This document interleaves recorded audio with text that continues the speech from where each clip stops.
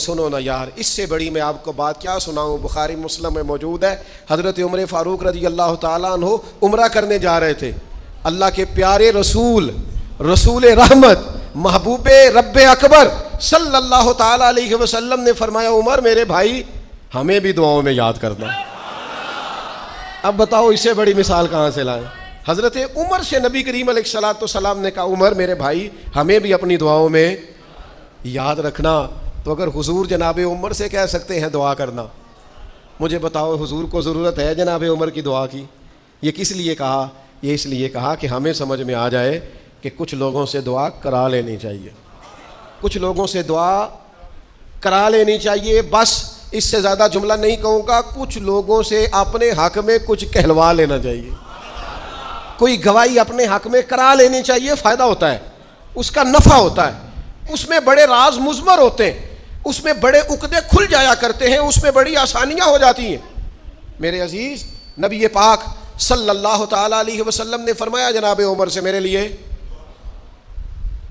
حضور فرماتے ہیں اللہ کے کچھ بندے ہیں اگر وہ قسم کھا کے کہے نا یا اللہ ایسا کر دے، یہ بخاری مسلم دونوں میں موجود ہے، وہ قسم کھا کے کہے نا لو اقسم علی اللہ لا ابرہ، وہ اگر قسم کھائیں تو رب ان کی قسم بھی پوری فرما دیا کرتا ہے۔ وہ میرے بھائی محبت کے لیے دل ڈھونڈ کوئی ٹوٹنے والا، کوئی جگہ ایسی تلاش کر جہاں سے دعا مل جائے، جہاں سے کرم ہو جائے، جہاں سے عطا ہو جائے، جہاں سے اللہ کا فضل ہو جائے۔ اور پھر ہمیں بھی چاہیے ہم دعائیں دیتے رہیں، ماں باپ کو چاہیے اولاد کو دعائیں دیتے رہیں، اساتذہ کو چاہیے شاگردوں کو دعائیں دیتے رہیں، مشائخ کو چاہیے عقیدت مندوں کو دعائیں دیتے رہیں، بہن بھائیوں کو چاہیے ایک دوسرے کو دعائیں۔ چلے آپ آمین کہیں، اب آپ نے انکار نہیں کر، سارے دعا مانگے یا اللہ ہمارے بھائیوں کو ہم سے زیادہ عطا فرما، یا اللہ بھائی کو ہم سے، یا اللہ بھتیجوں کو زیادہ عطا فرما، بھانجوں کو زیادہ عطا فرما، اللہ محلے داروں کو زیادہ عطا فرما، پڑوسیوں کو زیادہ عطا فرما۔ یہ مانگو نا دعائیں، اس میں بھلا ہے، اس میں نفع ہے۔ اب جنہوں نے پریشان ہو کے آمین کا ہے وہ خوش ہو جائیں گے۔ نبی پاک علیہ السلام نے فرمایا جو دعا تو کسی کے لیے مانگتا ہے اللہ پہلے تیرے حق میں قبول فرماتا ہے۔ لو خوش ہو گئے آپ لوگ۔ او بھائی دعا مانگیں کسی کے لیے، بد دعا نہیں کرنی، کسی کے لیے بھی بد دعا۔ ہمارے ہاں نا ایک بہت بڑا طبقہ جذباتی لوگوں کا ہے۔ ہمارے ایک استاد کہا کرتے تھے جذباتی لوگوں سے دوستیاں نہیں کرنی چاہیے، جذباتی لوگوں سے تعلقات نہیں بنانے چاہیے، اس لیے کہ جس بندے کا اپنے اوپر کنٹرول ہی نہیں تو وہ کسی کے حق میں کیا کرے گا۔ وہ کہتے تھے جذباتی لوگوں سے بچو۔ او بھائی ہم بڑے جذباتی ہو جاتے ہیں، ذرا سی شدت آئی نہیں گھر میں لڑائی، اور لڑائی بھی کس سے؟ گھر والی سے، بد دعائیں شروع کر دی، اپنے آپ کو بد دعائیں دے۔ لڑائی کس سے ہو رہی ہے؟ بہن بھائیوں سے، بد دعائیں شروع کر دی۔ ماں باپ سے لڑائی ہوئی، بد دعا دے رہے، اور بڑی بڑی تلخ ہو کے، بڑی بڑی سخت ہو کے۔ او بھائی آپ کیوں ایسے جملے کہتے ہیں، کیوں سخت لفظ بولتے ہیں؟ صحیح مسلم میں حدیث ہے، نبی پاک علیہ السلام نے 3 چیزوں کا نام لے کے فرمایا نہ اپنے آپ کو بد دعا دینا، نہ اپنی اولاد کو بد دعا دینا، نہ اپنے مال کو بد دعا دینا۔ ایسا نہ ہو کہ جب تم وہ دعا کر رہے ہو تو وقت قبولیت کا ہو۔ کبھی بھی اپنی اولاد کو، اپنے آپ کو، اپنے اموال کو بد دعا نہ دو۔ کیوں ایسے جملے بولتے ہو؟ یعنی غصے اور جلال میں بھی جب اپنے بچے کے لیے بات کرو تو پیار والی بات کرو، غصے میں، جلال میں، جذباتیت میں بھی بہن بھائیوں کے لیے، گھر والوں کے لیے، اپنے لیے بات کرو تو محبت والی بولی بولو۔ کبھی بھی اپنے لفظوں کو سخت نہ کرے۔ ہمارے ہاں 1 منٹ لگتا ہے، لوگ کہتے ہیں اللہ کرے میں مر جاؤں، اللہ کرے میں تباہ ہو جاؤں، اللہ کرے میں۔ او بھائی تو ٹھہر جا، اللہ تعالیٰ نے زندگی تجھے اپنے فضل سے عطا فرمائی ہے، تجھے کیا مصیبت بن گئی ہے، تو کہاں سے نکلا ہے، تو کہاں پہنچ گیا ہے، تو کیسے کہتا ہے میں مر جاؤں؟ تو اپنی جان کا مالک ہی نہیں۔ تو مالک ہوتا تو اپنی مرضی کے خاندان میں پیدا ہوتا، اپنی مرضی کی تاریخ کو پیدا ہوتا، اپنی مرضی کے ملک میں پیدا ہوتا۔ تو اپنی جان کا مالک ہی نہیں۔ مالک تو وہ ہے جس نے اپنی مرضی کی جگہ پہ پیدا کیا ہے، اپنی مرضی کا وقت دیا ہے۔ تو کیسے کہتا ہے میں مر جاؤں؟ نہیں، تو مر سکتا، اپنی مرضی سے مرے گا تو خودکشی حرام ہے، رب رسول کے راستے میں مرے گا تو شہادت کی موت نصیب ہوگی، ہمیشہ کی زندگی ملے گی۔ وَلَا تَقُولُوا لِمَن يُقْتَلُ فِي سَبِيلِ اللَّهِ أَمْوَاتٌ۔ لہذا جذباتی ہو کی بد دعائیں کرنا اور سخت بد دعائیں کرنا۔ میرے ابا جی بھینس کو بد دعا دینے سے بھی منع کرتے تھے، اور میں کبھی کبھی حیران، جب ہم نے یہ حدیثیں پڑھی نا بعد میں کہنا سا یار ان پڑھ بندیاں نے کتوں سبق لیا سی۔ جانور کو, بھینس کو وہ کسی وقت وہ تنگ آتے نا تو کوئی سخت لفظ کہتا تو کہتے نا بھائی مال نو بد دعا نہیں دئی دی. تو اس وقت تو مطلب سمجھ نہیں تھی کہ یار مطلب مال نو بد دعا نہیں دئی دی, ایڈی کیڑی میرا مطلب ہے مشکل ہے. ان بندہ ماج نو بھی مندہ نہ آکھے. لیکن وہ جب روایات پڑھیں بعد میں تو سمجھ آئی کہ کچھ علوم کتابوں میں ہیں, اور چونکہ مسلمان سینہ بسینہ آ رہے ہیں تو کچھ تربیتیں ایسی ہیں جو لفظوں میں تو نہیں, لیکن بڑے بوڑھوں نے جو سنا سیکھا ہے وہ اپنے پلے سے باندھا ہوا ہے. انہوں نے اپنی گرہ سے اچھی طریقے سے کر کے باندھا ہے. بد دعا نہیں, آپ دعا کریں, آپ اچھے لفظوں میں. اور کوئی بندہ مل جائے نا, میں ویسے میں نے کئی دفعہ کہا ہے پھر کہتا ہوں, آج کل نا کوئی میرے جیسے بندے کو چلو اونچی کرسی پہ بیٹھتا ہے, نماز پڑھاتا ہے, پگڑی باندھتا ہے, تو کوئی بندہ نیک سمجھ بھی لے تو دعا نہیں کراتا, فوٹو ہی لیتا ہے. پہلے لوگ دور سے آتے تھے تو آ کے کہتے تھے دعا کرانے آئے. اب وہ کہتے ہیں بڑی دور سے چل کے آیا ہوں جی, بڑی مہربانی. تو کہتے ایک فوٹو مل جائے گی. وہ اللہ کے بندے, ہم دعا دے رہے ہیں تو فوٹو لے رہا ہے. پھر ایک اور گل آج کل بڑی عام ہے, وہ کہتے جی ذرا یادگیری رہندی ہے. تو میں کہ غوث پاک دی تے کوئی فوٹو نہیں, سانو تے ہر ویلے یاد رہندے نے, کوئی فوٹو نہیں, ہمیں تو کبھی نہیں بھولے. خواجہ اجمیر کی کوئی فوٹو نہیں, ہماری نس نس میں آباد ہے. امام اعظم ابو حنیفہ کی کوئی فوٹو نہیں, لیکن ہم تو حنفی ہیں, ان کا نام لے لے کے جیتے ہیں. میرے حضرت صاحب کے ساتھ کوئی فوٹو نہیں, جرت ہی نہیں تھی, اتنے قابل ہی نہیں تھے کہ ساتھ کھڑے ہو سکے. وہ میرے گھر کبھی نہیں آئے, اور میں سمجھتا تھا گھر اس قابل بھی نہیں کہ اتنی بڑی ذات کو میں کہوں کہ تو میں کو جیتے دل بر سونا.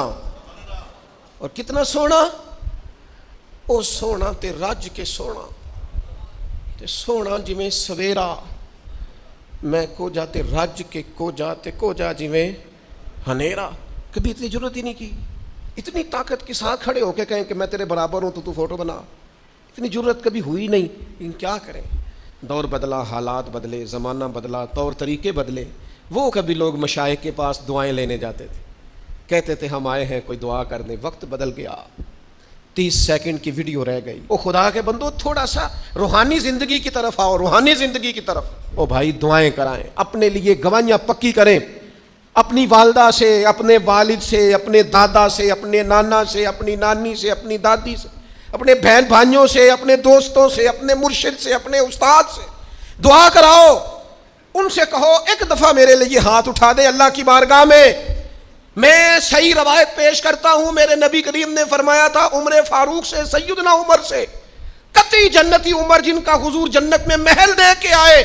نبی کریم نے فرمایا تھا عمر, لوگ حج کرنے آئیں گے, جہاد کے لیے آئیں گے, اگر یمن والے لوگ آئے اور تجھے ان میں سے میرا اویس کرنی مل گیا تو عمر اسے اپنے لیے دعا کرا لینا.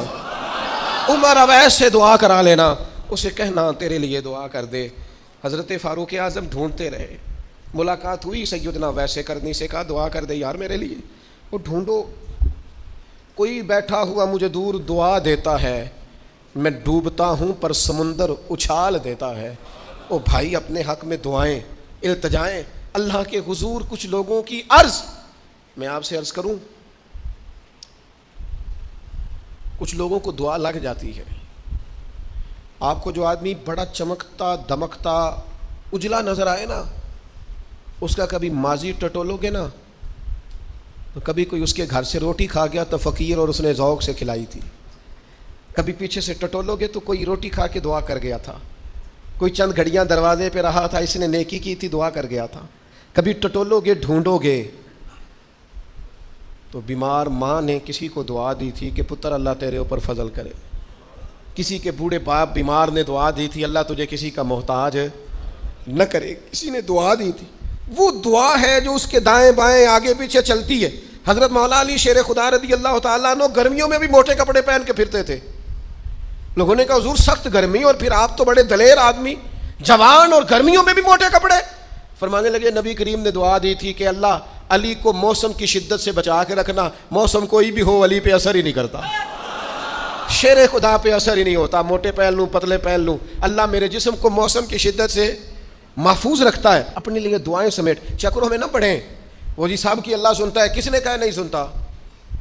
لیکن کچھ ایسے ہیں جو ہاتھ اٹھا دینا تو رب کریم قبولیت سے فرماتے ہیں دیر نہ کرنا, ذرا جلدی جانا. قبولیت سے اللہ کہتا ہے. کچھ ایسے ہیں جو ہاتھ اٹھا دینا ہاتھ, تو اللہ تعالیٰ مرحوم خورشید گیلانی سے اللہ تعالیٰ ان پر فضل کرے، کچھ تھوڑا ربط رہا.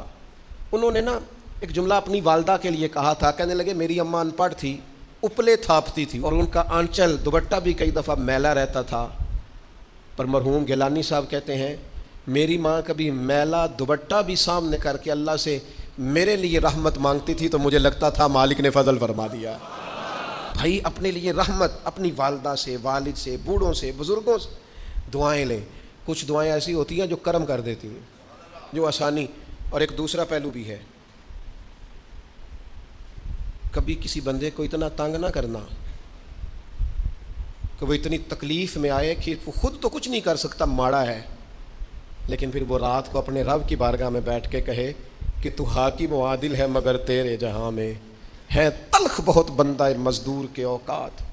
پھر ایسا نہ ہو غریب ہے، ماڑا ہے، خود تو کچھ نہیں کر سکا، پھر اللہ کی بارگاہ میں تیری شکایت کرے. ایسا نہ کرنا.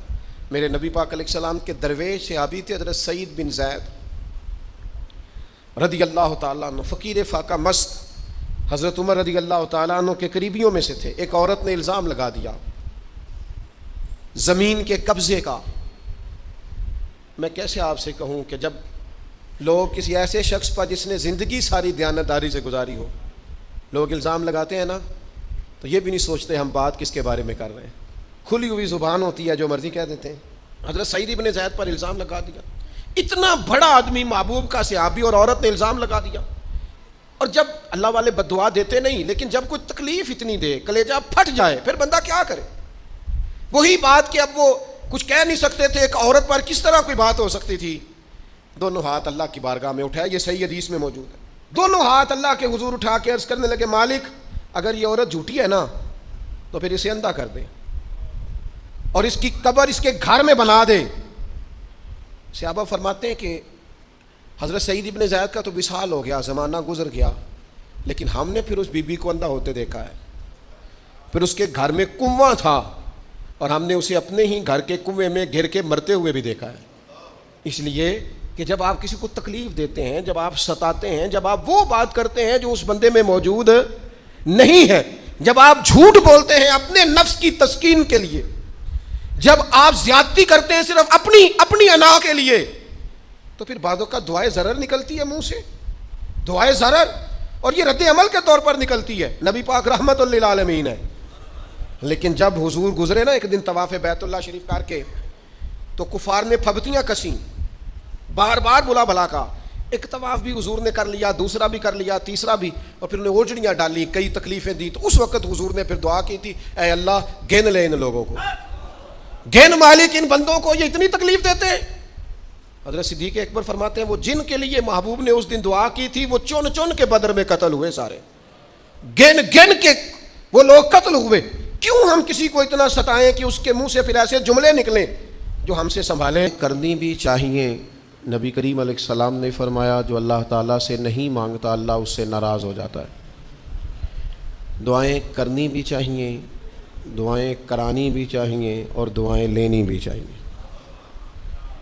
معاشرہ جیسے جیسے تیزی کی منزلیں طے کرتا ہے اور جیسے جیسے لوگوں کے ذہن گھٹن کا شکار ہوتے ہیں اور مزاجوں کے اندر جیسے جیسے دین سے دوری واقع ہوتی ہے اور روحانیت سے لوگ جیسے جیسے دور ہوتے ہیں، مختلف قسم کے وسوسوں کا لوگ شکار ہوتے ہیں. ایک وسوسہ لوگوں کے دلوں میں یہ بھی پیدا کیا جاتا ہے کہ جب اللہ تعالیٰ سب کی سنتا ہے تو کسی سے دعا کرانے کا کیا مطلب ہے. بالکل صحیح بات ہے، بڑی عمدہ اور اعلیٰ بات ہے. اللہ تعالیٰ سب کی دعائیں قبول فرماتا ہے. اللہ تعالیٰ اپنے ہر بندے پر اپنی شان اور اپنے فضل کے مطابق رحمت فرماتا ہے، اس میں کوئی دو رائے نہیں ہے. لیکن قرآن مجید خود فرماتا ہے کہ رب کے کچھ بندے وہ ہیں جو اپنے مومن بھائیوں کے لیے دعائیں کرتے ہیں. یہ کسی دوسرے کے لیے دعا کرنا اتنا محبوب عمل ہے کہ اللہ نے اسے قرآن مجید میں بیان فرمایا. والذین جاءوا من بعدہم یقولون ربنا اغفر لنا ولإخواننا الذین سبقونا بالایمان. فرمایا وہ جو ان کے بعد آئے وہ عرض کرتے ہیں رب کی بارگاہ میں کہ اے اللہ ہمیں بھی بخش دے اور ہمارے ان بھائیوں کو بھی بخش دے جو ہم سے پہلے ایمان لائے. وہ اپنے پچھلوں کے لیے دعائیں کرتے ہیں، اللہ کے حضور عرض کرتے ہیں یا اللہ انہیں معاف کر دے، انہیں بخش دے۔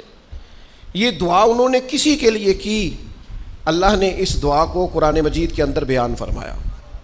دیکھیے، سب کی دعائیں اللہ کے حضور قبول ہوتی ہیں، لیکن کچھ زبانیں ایسی ہیں جو رب کریم کو پیاری بہت زیادہ ہیں۔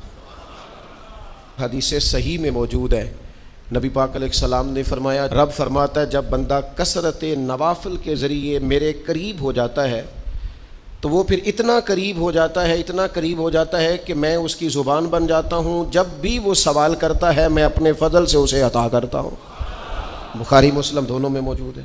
اب ایسی زبانیں جن کو اللہ تبارک و تعالیٰ کی بارگاہ سے یہ اذن مل گیا، کثرت عبادت، کثرت نوافل، زہد، ورع، تقوی، کہ اللہ کے حضور جب وہ عرض گزار ہوتے ہیں تو مالک ان کی دعائیں قبول فرماتا ہے۔ تو اب اگر کسی کو کسی ایسی زبان کی خبر آئی اور اس نے جا کے اس سے دعا کرائی اور اللہ نے اپنے فضل سے اس بندے پر رحمت کر دی اور دعا قبول ہو گئی، تو بتائیے حرج والی بات کیا ہے؟ اب اس پر بھی وسوسہ ہے کہ اللہ صاحب کی سنتا ہے، آپ نے فلاں کو دعا کے لیے کیوں کہا؟ اس پر بھی وسوسہ ہے۔ روحانی دنیا سے لوگوں کو دور کرنے کے لیے، اللہ کے نیک بندوں سے دور کرنے کے لیے، وہ لوگ جو مالک کریم کے قرب والے ہیں، جن کو قرآن مجید نے اولیاء اللہ کہا ہے، ان سے لوگوں کا رشتہ کمزور کرنے کے لیے ایک نیا رنگ، ایک نئے انداز میں بات کہ اللہ سب کی دعائیں قبول کرتا ہے، تم دعا کرانے جا رہے ہو، تم نے فلاں سے کہا میرے لیے دعا کرنا، تم نے فلاں بزرگ سے کہا میرے لیے دعا کرنا۔ تو میرے بھائی یہ تو بڑی آسان سی سادی سی بات ہے۔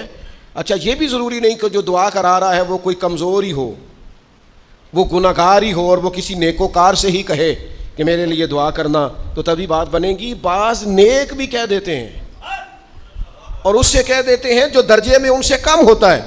کیا حضرت امام جعفر الصادق رضی اللہ تعالیٰ عنہ نے کہا نہیں حضرت داؤد طائی سے کہ میرے لیے دعا کرنا؟ کیا کہا نہیں بعض اساتذہ نے شاگردوں سے کہ دعا کرنا؟ کیا کہا نہیں کہ بعض مشائخ نے مریدوں سے کہ میرے لیے دعا کرنا؟ بھائی، کیا بیٹا اپنے باپ کے لیے دعا نہیں کرتا؟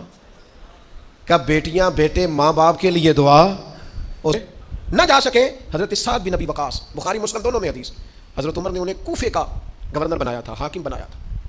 کچھ لوگ حسد کی وجہ سے نیک لوگوں پر تنقید کرتے ہیں، اپنے ذاتی حسد کی وجہ سے اللہ کے بندوں کو ستاتے ہیں، پھپتیاں کستے ہیں، زبانیں کھولتے ہیں، اور آپ فرماتے ہیں جس نے میرے ولی سے دشمنی کی میرا اعلان جنگ ہے۔ حضرت فاروق اعظم رضی اللہ تعالیٰ عنہ نے حضرت سعد بن ابی وقاص کو حاکم بنایا کوفے کا۔ تو کچھ لوگوں نے شکایتیں کی تو حضرت عمر نے کہا جاؤ پتہ کرو، جا کے معلومات کی، تو ہر بندہ کہنے لگا اتنا اعلیٰ تو بندہ ہو ہی نہیں سکتا جتنے حضرت سعد بن ابی وقاص ہے۔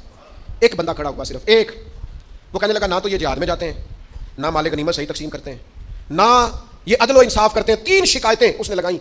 حضرت سعد بن ابی وقاص چونکہ زندگی ساری محنت کی تھی، جہاد کیا تھا، ساری زندگی انصاف میں گزاری تھی، دل ٹوٹ گیا، اللہ کی بارگاہ میں عرض کرنے لگے مالک اگر یہ ریاکاری کے لیے کہہ رہا ہے نا، یہ باتیں جھوٹ بول رہا ہے، تو پھر اس نے 3 الزام لگائے ہیں، تو میں 3 دعائیں کرتا ہوں، اس بندے کی عمر لمبی کر دے، اس کا فاقہ بڑھا دے، اور اسے فتنوں میں مبتلا کرنا میرے مالک۔